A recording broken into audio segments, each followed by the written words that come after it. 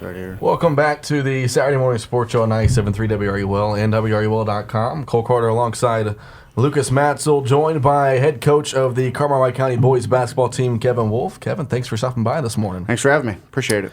So kind of looking back to last year, talked about it earlier, you guys finished with a record of 10-18, kind of took a step back from 2 20-win seasons and a 19-win season you had to start your coaching career. Kind of talk about the obstacles you guys had and faced throughout the last season.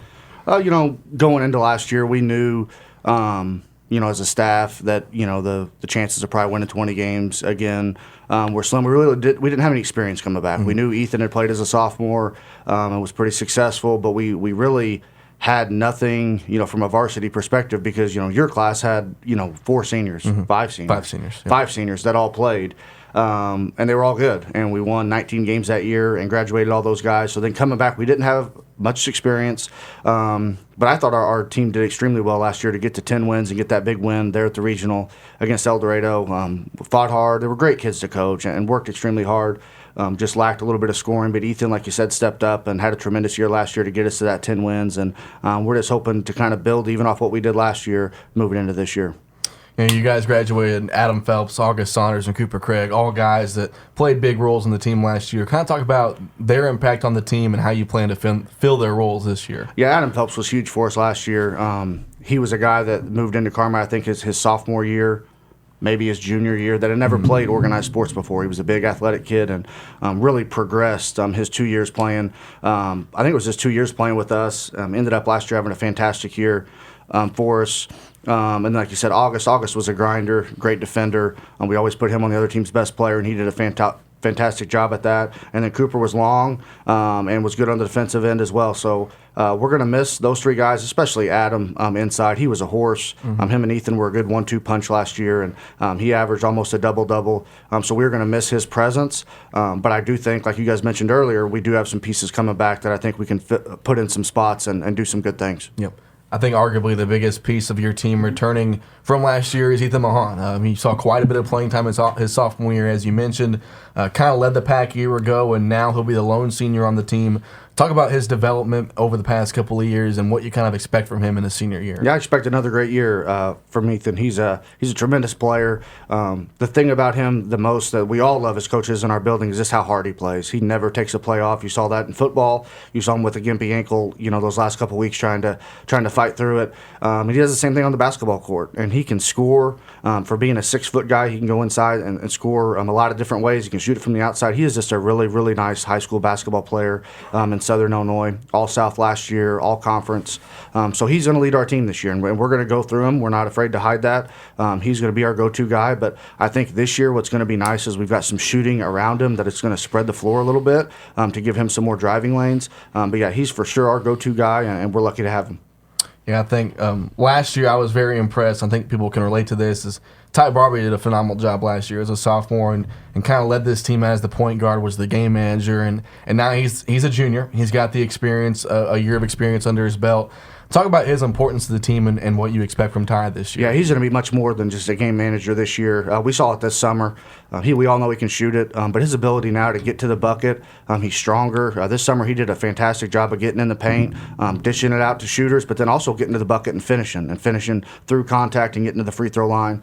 We look for him to take that next step, and I told him that the other day in PE that I'm expecting, and he expects it out of himself, but a big year. And that doesn't mean he's going to go average 15 and 10 assists a game, but he's going to be more than just that game manager. He's going to be the point guard. He's going to lead the team along with Ethan. He's going to guard extremely well, and he's going to have a good year. Peyton Edwards became a starter midway through last year and did a really stellar job late in the season. He has spent a lot of time. He didn't play football, has been working all off season and all fall on his craft. Talk about from what you've seen his development on the floor and the impact he can make in 2019. It's been tremendous. I hated that he didn't play football because you guys know I'm a football coach as well, but he just didn't sit around all fall. He's been playing a ton of basketball starting last spring into the summer, and then this fall. There hasn't probably been a day that he hasn't had a basketball in his hand, and it shows. I just see him in the gym shooting after school, and the way now he can shoot it from the outside, and like you said, he's lost some weight, and the way he can get up around the bucket and score. Still going to be seen if he can score through big contact, score through the Hamilton County guys, because you're going to have to beat and bang down low. And that's what, Adam could do last year with some bigger guys, and we're going to expect Peyton to still get down low and get dirty with those guys. But he's played a ton. He's improved a lot. You saw his progression last year, how much better he got towards the end of the year, and that's what helped us win some games down the stretch. Once again, I'm really looking forward to getting him out there and seeing his how his game has progressed and see where it takes him. Devin Rankin and Casey Fulgerson are expected to play some big roles this year. Devin was one of your best three-point shooters last year, and Casey brings some size and athletic ability, and he can also shoot it from the outside. What do you expect from those two this year? Yeah, both those guys, their bodies have changed a ton. I mean, Devin now is 6'2" and probably weighs 180 pounds. His bench press is up around 220 pounds. Been really working in the weight room, from what Coach Simon has said. He's improved his body, so that's just going to help him. Last year he was more of just a three-point shooter. This year he's going to be way more than that. He's going to have to guard some bigger guys, some quicker guys probably. And but no, his progression is good too. He's in the gym playing a ton. That's what I think. Before I move on to Casey, all of our guys have made a point to play more, to get out in the summer and play, to find some fall leagues to go play in. These guys are getting out there and playing against some good competition, which is helping all of them. But yeah, we look for Devin to take that next step. He had a decent year last year. But like I said, his body has improved. And then Casey was kind of on the fence. He really focused on golf this summer, and it paid off. Wasn't with us much in our shootouts, but at the end of the summer, he texted me, and I think he missed playing with the guys. And then he's fully committed. Came to the meeting the other day and is ready to get back into it. And he had a good JV year last year. Like I said, his body's changed too. He's a big kid. Saw him in the gym just yesterday up around the rim, trying to dunk, something he could never do last year. Like I said, he can really shoot it. From the outside, his confidence has to get there. Yep. Whenever he plays with his confidence and he believes how good he could be, he's pretty good. And so we're going to be big. We're not going to be the fleetest of foot, which you may see a little bit of defense from us this year. I mean, you guys know I'm a man-to-man coach, but with having the size that we do and the lack in foot speed in some areas, we may have to play a little more zone, which some people may like, some people may not like. But as you guys know, as coaches, we have to do the best thing we can do for our kids and our team to try to get wins. So you may see a little bit of that out of us this year, but those 5 guys I'm excited about. They all love the game of basketball. They're good friends. They put time in, and we're really, I think, gonna build off what we kind of did at the end of last year. So this being your 5th year as a head coach here at Carmi, some of those years you've had the luxury of having 9 or 10 bodies to play with, and some of those years you've had 6 or 7. Do you think that this season we'll see 3 or 4 guys off the bench, or will you stick to just 1 or 2? Obviously, you haven't even started practice yet, but kind of looking from on the outside looking in, what do you kind of expect this year? Well, based off this summer, we won't have much of a bench. Not afraid to say it. We're going to be pretty thin in our depth. We lost a couple kids out of the sophomore class that would have helped us, but that's okay. That happens. But yeah, based on this summer, we didn't have Casey, so we really didn't have much of that bench. And that's just going to be the case. But, it's nothing that surprises me. We as coaches, we do camps with little kids. I start, with third graders at basketball camp, second and third graders. So we kind of see these classes coming. And we knew that our numbers here, just like Coach Simon knew, we were going to be thin when these classes got to high school. And they have been, which is fine. We knew that may be a shock to some people in the community, saying, why was there only 30 football players, and why did you only have 18 at your basketball meeting? But as coaches, that means nothing to us. We're going to put the guys that we have out there on the floor, and they're quality kids. Our depth may be an issue, but there may be 1 or 2 kids that we talked in the break that they're going to surprise some people, I think, as the year goes on. So you guys begin the season on the 26th against Gallatin County, and then you start the annual Duke Horn Tournament on December 2nd. This is, I believe, our 5th year beginning the Duke Horn Tournament, 5th or 6th 5th or 6th. My last year helping Coach Dixon, we went down there with Jordan Large and Joe Matz. Kind of talk about that tournament. You guys see some really good teams down there. Just kind of explain why you want to keep going back there in the kind of the teams that you guys face. Yeah, well, it's a great tournament. They give us great hospitality, and it's teams we don't normally see. It is a little bit of a drive over there, but getting a chance to play teams you don't see throughout the regular season. This year we're going to play Redbud, which I don't know if we've ever played Redbud. Massac we sometimes see in the EHT, but that's it. DuQuoin we never see except for that tournament, and Cairo the only time we see him is in that tournament. So it's nice to see some fresh faces to start the year, to kind of see where we're at. They have a great gym, like I said, great hospitality. The bus drive is a little long, but they usually do a good job of feeding us and giving us times to play that aren't that inconvenient for us. So it's fun going over there. Our kids like it. One year, did we go watch a Carbondale basketball game in between sessions on that Saturday? Went to Buffalo Wild Wings and ate. So it's good. Kind of a bonding thing early on in the year, and it's just a nice tournament to go play in. I mean, Lucas was talking earlier on the show is the teams in the Black Diamond this year. You still got some teams that are bringing back some good talent, but you got a lot of teams that graduated some talent. Talk about the BDC this year and who you guys think is going to be a big threat and how you guys compare to those teams in the conference. I think you just need to replay what you guys said earlier, because you guys pretty well nailed it whenever I was listening on the way in.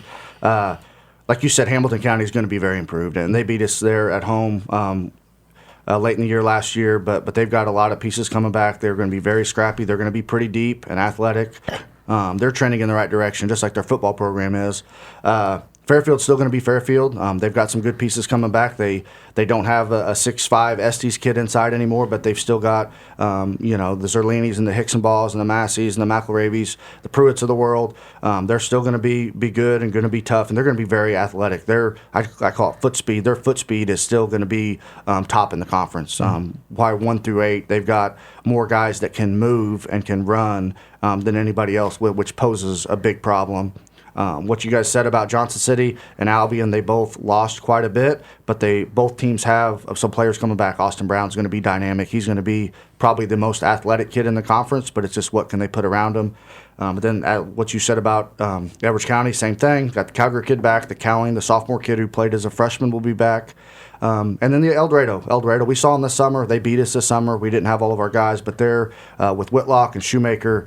They are still going to be a tough out for us, but it's great. Our conference is always competitive, as you guys know. It's so fun getting into the conference and getting those 10 conference games, because it's going to be a battle every night. Some great coaches in the conference that do a good job, and we love to compete in it, and it'll be the same this year. Yeah. So turning back the clock just a little bit here and talk about your playing days. You were a great athlete here at Carmi, 4 sports standout. Needless to say, you were a busy kid throughout the school year, and here lately it seems like there's been a lot of controversy in the sports world about kids playing multiple sports, and some people think that it's good for kids to play multiple sports because they're in shape and other pros compared to the cons of it. But some kids think they need a break or it's a risk of injury. What is your opinion on kids playing multiple sports throughout the school year? You guys trying to get me in trouble here on the radio? You want me to tell you my? I'll tell you. Just coming from a multi-sport athlete like you. I am all for playing everything, and that you cannot convince me otherwise. It helped me tremendously to play because these kids are 18 and under. They need to play. It's high school athletics. If you have the ability, we're at a school of 330 kids. I firmly believe if you are a person who can do multiple things, you need to do multiple things. And I tell our kids that. I want our kids to play everything. I want our kids during basketball season to be going to the ball yard and hitting. I think it's important. That's what we did whenever we were in high school. You can't just focus on one thing and be just all in on that. I just don't believe that. I think you should be a multi-sport athlete if you have the ability. Some kids don't, and that is completely fine. But if you have the ability to do multiple things and you've done them as you were a kid growing up, I think you need to stick with it in high school. I think it's important to get coached by different coaches. Different coaches do things differently, and it's good to hear different voices instead of just hearing one over and over and over.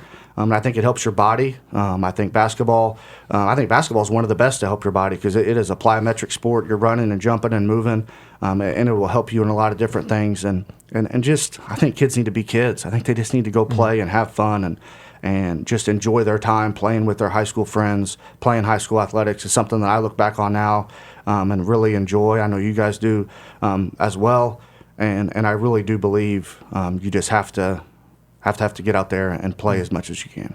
We talked to Scott Rice about last week, and you and your brother Clinton as well and your family, you guys have been very involved in Carmi sports for a numerous amount of years now.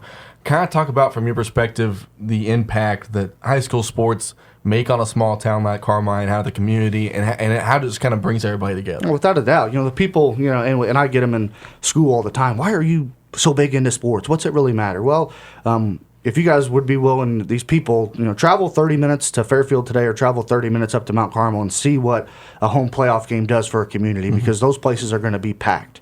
And it's what brings towns together. It's just a common theme on what they can just relate to, and it's talking points, and it's just it's so much fun. Whenever I go out in the community and people talking athletics, it's a good thing, and it really brings these towns together. And I know not everybody is a sports person, and I'm probably over the top, but I just I think it's great. I think it's healthy, and I think getting out there and watching these kids just bust their butt. It's such a great thing to watch. So last question from me. Who is closer to winning a championship in their respective sports, Chicago Cubs or Michigan football? Well, that's a great question. Michigan's not going to beat Ohio State anytime soon, and I'm ready to admit that. Ohio State's got it rolling. So probably the Cubs. The Cubs got David Ross in there as manager. They still got some pieces. I would probably say the Cubs, man. Honestly, the Michigan has won one championship since 1948, and that was the 1997 year. So the Cubs have won it more recently, so I would say the Cubs. Lucas, you got anything you want to ask him? I guess just going off that, what do you think of Papa Ross being the manager? You love him? Yeah, I think his staff he's gonna have to get some veteran coaches in there with him, because he's pretty fresh out of the game. But I think he's going to be great with the players.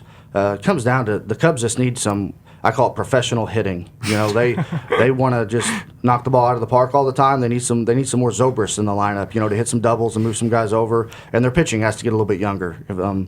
The pitching staff's getting a little bit older, but if they can get some young arms in there and get a few more professional hitters, I think we'll be right back where we need to be. Yeah. So ahead of the Cardinals is where that's at. That's where you need to be? Yeah. That's where we're going to be. Interesting. So going off of that, I guess we're getting into baseball a little bit here, but what do you think about the that's kind of the culture that is going on in baseball right now? I feel like there's a lack of that professional hitting. Sure. What do you think about that? It's just all the drop and drive. It's the analytics, and I do get in professional baseball, it's hard to string hits together. That's what those guys say. It's hard to get 2 or 3 back-to-back hits, and if you can just, knock one over the fence, you get a run or whatever. But you guys watch baseball. I watch baseball as well. You still have to have those guys that move guys over, that can hit a sacrifice fly when you need to, can find a gap to keep the inning alive. You just have to have that, and I think the Cubs lacked that a little bit this year. Yeah. Well, Kevin, we appreciate you stopping by once again. We understand you got a birthday party you got to get to. Yep. So good luck this season. Thanks for stopping by, and we're looking forward to watching you guys play Guys, this thanks for having me. You guys do a great job. We'll be right back on the Saturday Morning Sports Show to talk about some volleyball teams and football teams in action right here on 97.3 WRUL and WRUL.com.